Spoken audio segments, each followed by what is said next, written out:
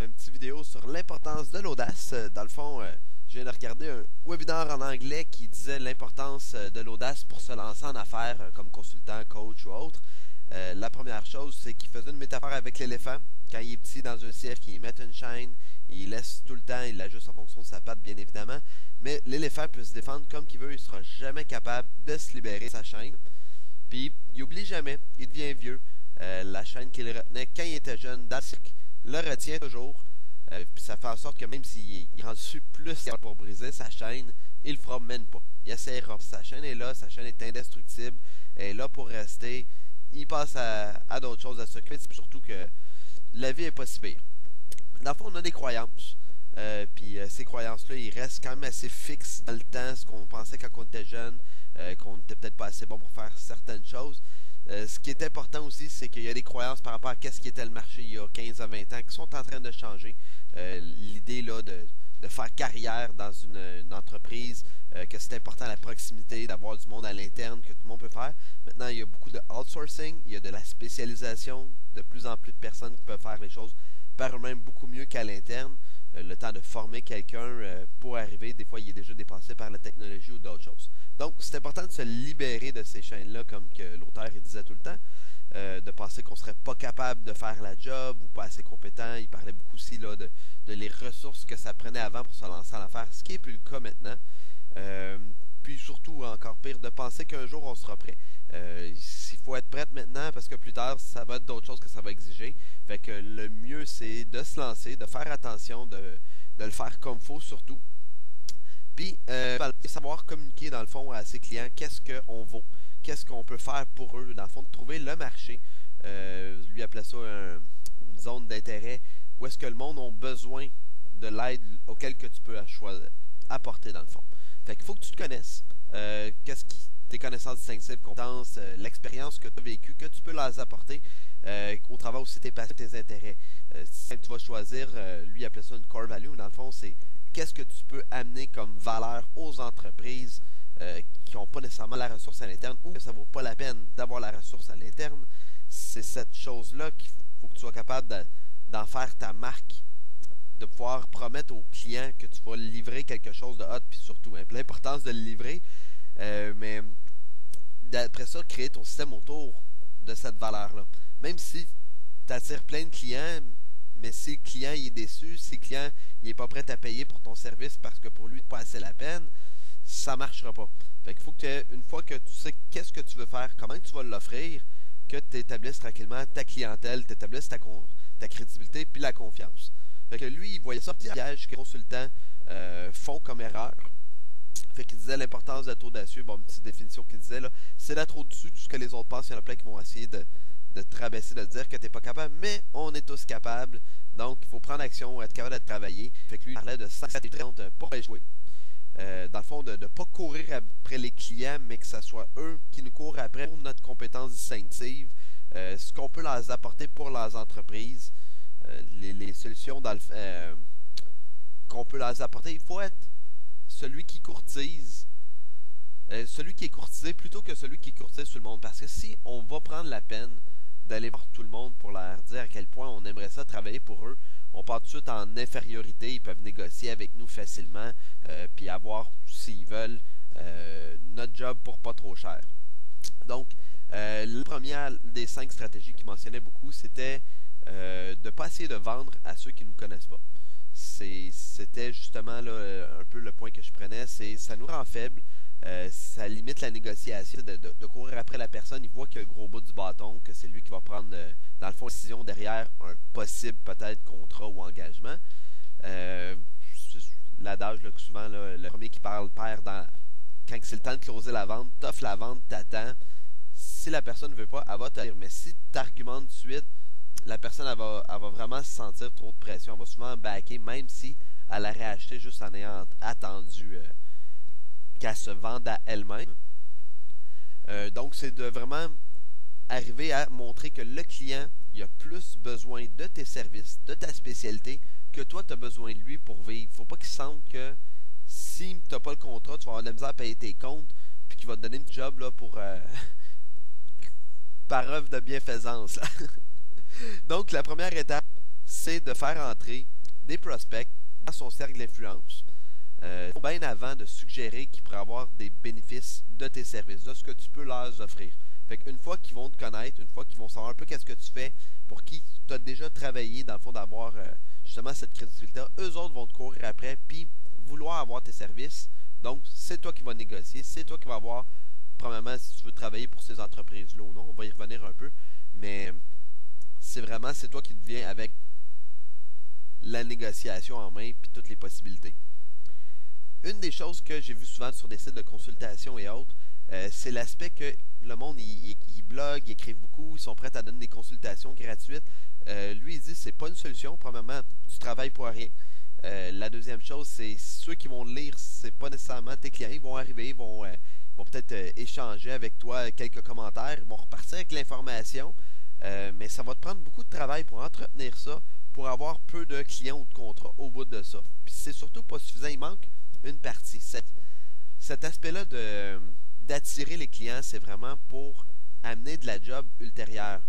Donc, soit, lui, il suggérait vraiment de charger pour l'information.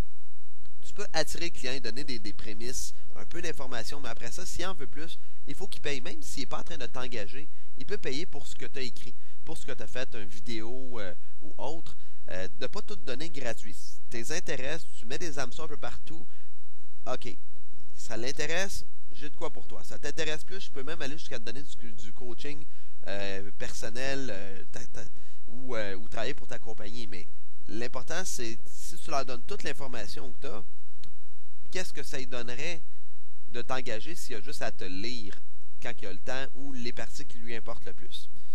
Là, j'ai marqué ici, faire comme lui. Dans le fond, c'est une vidéo que lui, il a passé la première moitié du vidéo et la dernière à me vendre qu'il fallait que j'achète son cours pour aller encore plus loin là, dans cette information. Donc, pour ceux qui sont intéressés, je vous donnerai ses coordonnées, ça va me faire plaisir. Mais qu'il faut vraiment créer le produit d'information pour aider à vendre, mais dès le début de ce que la personne pourrait acheter, avant de vouloir t'engager toi comme personne, il y a peut-être d'autres choses qu'il va acheter, d'informations, ce qui est quand même assez pratique là, comme source de revenus aussi, là, même si c'est quelques dizaines de dollars à gauche, à droite, mais c'est récurrent, puis ça prend surtout moins de temps à chaque fois de courir après du monde. Ils font juste acheter une partie de ton produit, tu deviens avec quelque chose d'autre que du temps qui est achetable. Une fois que tu as ça, le monde, ils vont en plus t'en parler. C'est eux autres qui ont été jusqu'à acheter. Fait que ça évite un peu le problème de vouloir créer un trafic pour à un moment donné amener du monde à vouloir t'appeler pour après ça avoir un contrat. Mais il y a un trafic qui va se créer juste avec de la vente qui va aussi se propager pour amener encore plus de monde. Donc, si tu peux vendre à une personne qui peut le faire par elle-même, ça va l'aider un peu à s'inciter à vouloir t'engager, puis pas « Ah, tu me recrutes, je vais te faire tout seul, tu n'as rien à faire. » Puis si à un moment donné, il y a un problème, ben, elle va être comme un peu dépendante. Fait que, si tu peux apprendre quelqu'un à pêcher, il va penser que ça va sûrement y apporter beaucoup plus que si tu y amènes un poisson à tous les jours, évidemment. Donc, une des choses super importantes là-dedans, c'est d'être capable de demander de l'argent ou les contrats ou pour un peu toute l'ambiance qu'on désire pour ce qu'on est capable de leur donner. C'est pour ça qu'ils appellent ça un peu un cours sur l'audace. Il faut être capable de croire en soi puis de l'exiger. Dans le fond, c'est pourquoi on vaut. Là, c'était d'être trop accessible ou disponible. Donc, il y en a beaucoup que j'ai entendu, ils donnent des consultations gratuites, des conseils gratuits. Puis ça donne un positionnement de pas de job. Dans le fond, que il va pouvoir juste t'appeler au téléphone, te demander tes conseils, puis OK, oui, on se rappelle, ben OK, ciao. Puis au bout du compte, ben tu fais pas vraiment d'argent. Ça prend encore une fois beaucoup de temps. Si on veut vraiment créer une job payante, il faut que la ressource soit reçue, un peu un effet psychologique, quelque chose que tu vois tout le temps, même si ça serait la plus belle rose d'un autre monde, pour nous autres, est tellement commune qu'on s'y intéresse plus, ou on est capable de la produire, puis c'est juste ça qu'on voit tout le temps, qu'elle devient moins rare, donc moins intéressante, on est moins prêt à payer pour ça. Il faut vraiment être celui qui est poursuivi par les clients, donc donner le fardeau au client, de démontrer que ça vaut la peine pour nous de travailler pour lui. Une des choses que je trouve super importante là-dedans, c'est d'être capable de demander de l'argent ou pour un peu toute l'ambiance qu'on désire pour ce qu'on est capable de leur donner. Il faut vraiment être capable de que je veux dire, c'est que si ils t'ont acheté des livres, dans le fond des publications, ils ont écouté tes vidéos, ils ont payé pour avoir des fois quelques conseils, ils sont en train de te démontrer qu'ils veulent peut-être plus. Ça, c'est une partie. Puis sinon, lui, il mettait un questionnaire de qualification. Il faut qu'ils répondent à des questions de c'est quoi leur problème, c'est qu'est-ce qu'ils ont besoin de toi. En tout cas, je pourrais donner plus de détails là-dessus là, dans une autre vidéo. Mais vraiment, il faut qu'ils montrent que toi, t'es important pour eux autres, pour les aider. Fait que c'est vraiment à eux à montrer qu'ils ont besoin de toi. Puis ça te donne tous les arguments après ça pour la négociation, pour justifier le prix que tu vas leur imposer aussi. S'ils te sollicitent ton temps, puis ils disent hey, j'aimerais ça une demi-heure, 1 heure au téléphone pour parler d'une idée, savoir si ça pourrait t'intéresser, tu peux le charger ce temps-là. Sinon, encore une fois, tu travailles un peu pour rien. Puis c'est de leur montrer aussi que ton temps il est précieux, que tu travailles pas au noir ou je veux dire que tu travailles dans le fond pour des pinottes. Puis de les considérer psychologiquement que eux autres ils vont payer tout au long du processus. C'est leur demande dès le début. T'es pas là pour leur donner des freebies ou quoi que ce soit. Fait que c'est d'avoir l'attitude qui va avec aussi, que c'est eux autres qui ont besoin de toi, puis que toi t'es juste là pour répondre à leurs besoins. Entre autres de mettre des limites claires, que tu sais, s'ils achètent pour une demi-heure, rendu au bout de la demi-heure, c'est comme les téléphones, c'est ben votre temps est écoulé, remettez de la monnaie si tu veux que ça marche encore, là, c'est aussi simple que ça. À un moment donné, parce que sinon ils vont toujours essayer de tirer à la corde ou whatever. Donc, ne pas en donner plus que le client il est prêt à payer. S'il y a de l'argent pour une demi-heure, tu en donnes une demi-heure, ça peut se terminer là, mais il faut aussi quand même prendre le temps de regarder l'ensemble de ce que ça peut rapporter au bout du compte. C'est d'être important, dans le fond, de charger pourquoi on vaut. Le quatrième piège, c'est de vendre le sans sizzle. Dans le fond, le sizzle, c'est un peu le service qui vient avec.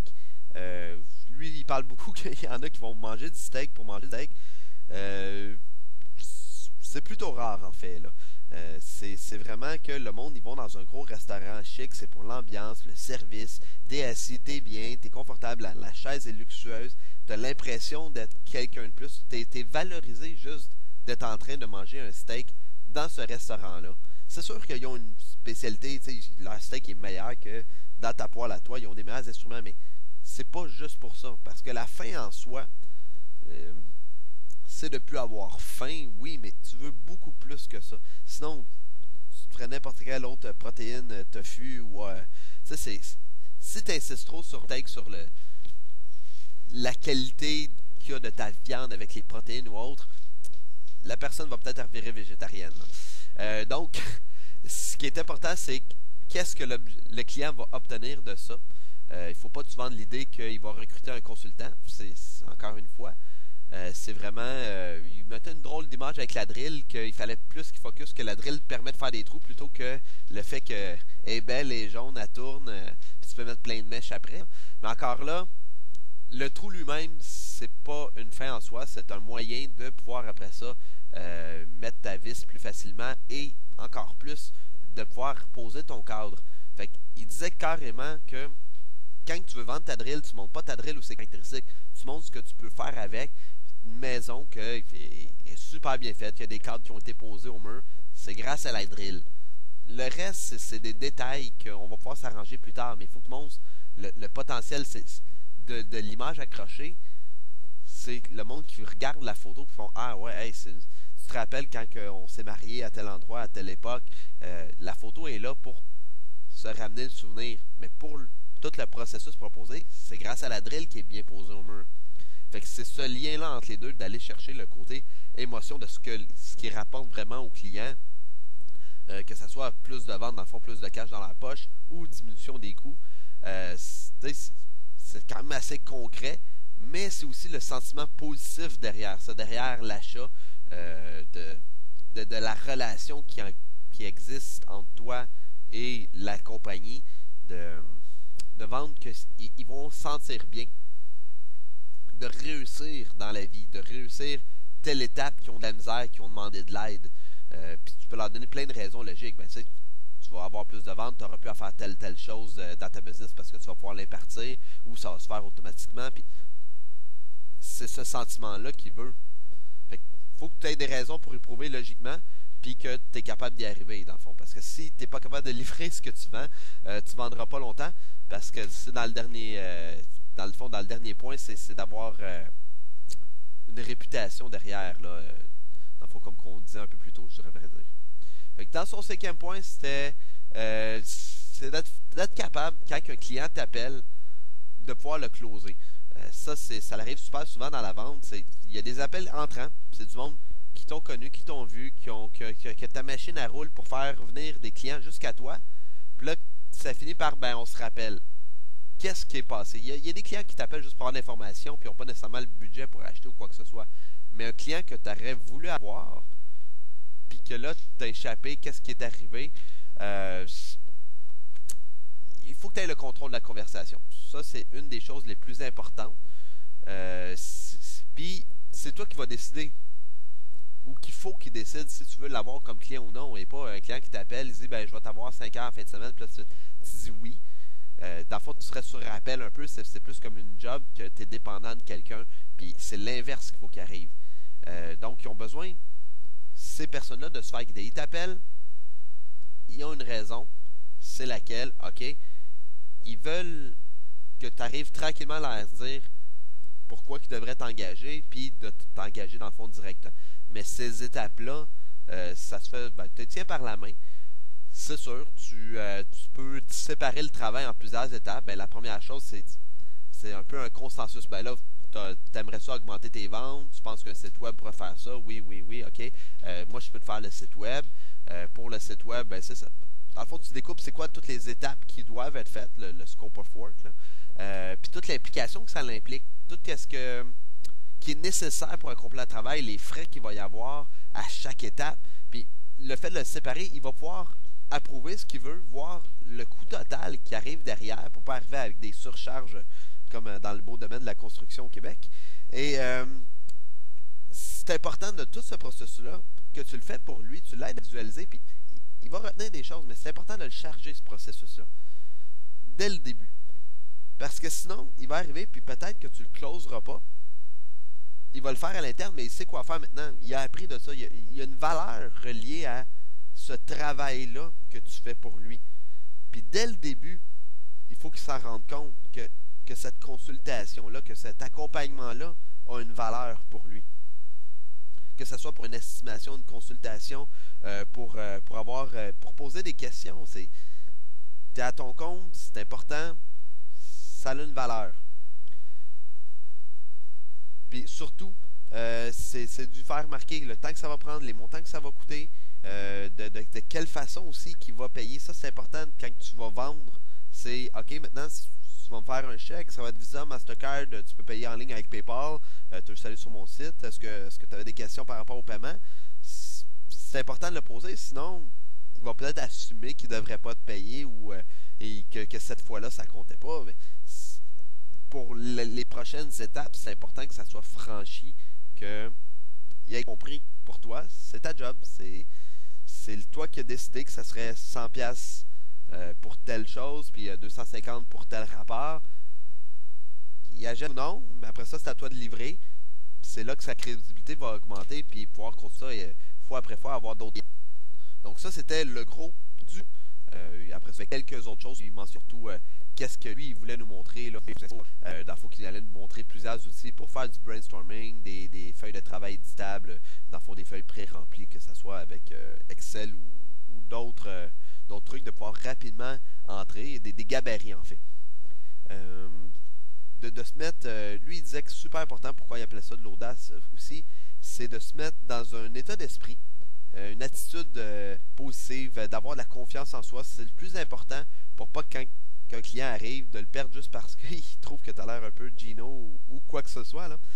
Ça va vous permettre, de choisir vos clients, ceux qui sont payants, ceux avec qui vous aimez travailler, dans le fond, d'éloigner les clients avec qui vous ne voulez pas travailler, que vous savez qu'ils ont de la misère à payer leur compte. C'est pas nécessairement le premier que tu veux, ou de s'assurer de les faire payer à l'avance, ces clients-là. Mais c'est un mindset tout au travers ce choix-là pour le fait de travailler à votre compte, choisir votre business. Dans les autres choses qu'il mentionnait, c'était l'architecte des clients.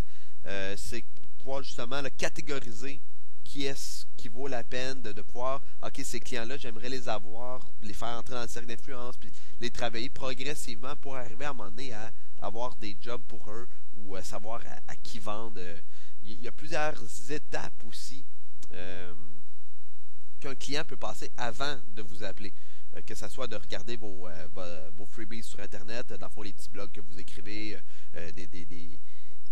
ou peut-être acheter un livre, dans le fond, de pouvoir visionner votre vidéo, vous acheter un DVD, éventuellement, peut-être arriver à vous engager parce qu'il y a une plus grosse job à faire, puis que vous avez la crédibilité derrière. Vous ne l'avez pas appelé dès le début. Hey, moi, je pourrais aller chez vous. En dedans de 2 semaines, je te sors un rapport pour améliorer l'efficacité de tes ressources humaines parce que ça a l'air de marcher drôle. C'est l'inverse. Lui, il va t'amener son problème, que ça marche drôle, puis qu'il aimerait que tu l'aides. Puis là, toi, tu vas dire, ben, ça va faire 1000$, je vais être là pendant une semaine, tu vas avoir ton rapport, tu vas savoir quoi arriver, mais tu vas déjà avoir plus d'informations si tu l'aurais approché, parce qu'il va arriver avec son problème. Qu'est-ce qu'il faut résoudre, puis tu vas pouvoir explorer encore plus d'avenues. Il parle aussi d'autres petites tactiques, des stratégies dans le fond pour aider là, ta business. Dans le fond, la psychologie de l'offre, il y a de l'information et de l'information là, sur ça sur Internet. Savoir après ça qu'est-ce qu'on doit utiliser ou non. Là. C'est important aussi là, de sauver sur la perte de temps, dans le fond, d'optimiser ses revenus, ces choses-là. C'est au niveau que vous avez pas bien de temps dans une semaine pour accomplir tout ça. Donc, idéalement, c'est de réussir à vendre autre chose que son temps. Que ce soit des vidéos en ligne, des livres, d'obliger le client à se qualifier lui-même plutôt que de courir après les clients. Toutes ces étapes-là vont faire en sorte que le temps que vous allez passer à travailler, vous allez en avoir plus. Ça va être du temps encore plus payant. Vous allez être encore plus spécialisé aussi dans votre domaine. Que ce soit là, par des réponses automatiques, de email, des newsletters là, pour juste envoyer du mass email, juste pour le stay in touch, mais de garder ça quand même simple puis efficace. Il parle aussi du outsourcing des niaiseries, que ce soit, mettons, faire des cartes d'affaires. Vous êtes peut-être capable de faire toutes ces étapes-là, mais c'est pas une partie qui va vous éviter beaucoup de coûts à votre business par rapport au prix que vous allez gagner, à tout le revenu que vous allez avoir en travaillant pour les autres. Donc, brièvement, enfin, il parlait du trafic. Il voulait donner quelques trucs pour faire augmenter le trafic, pour changer le trafic en vente, dans le fond. Puis évidemment, si votre site web est assez bon pour générer des ventes, ben là, après ça, c'est de payer pour du trafic qui va se rembourser lui-même par les ventes. Surtout, de faire ça à grande échelle une fois que vous vendez d'autres choses que votre temps.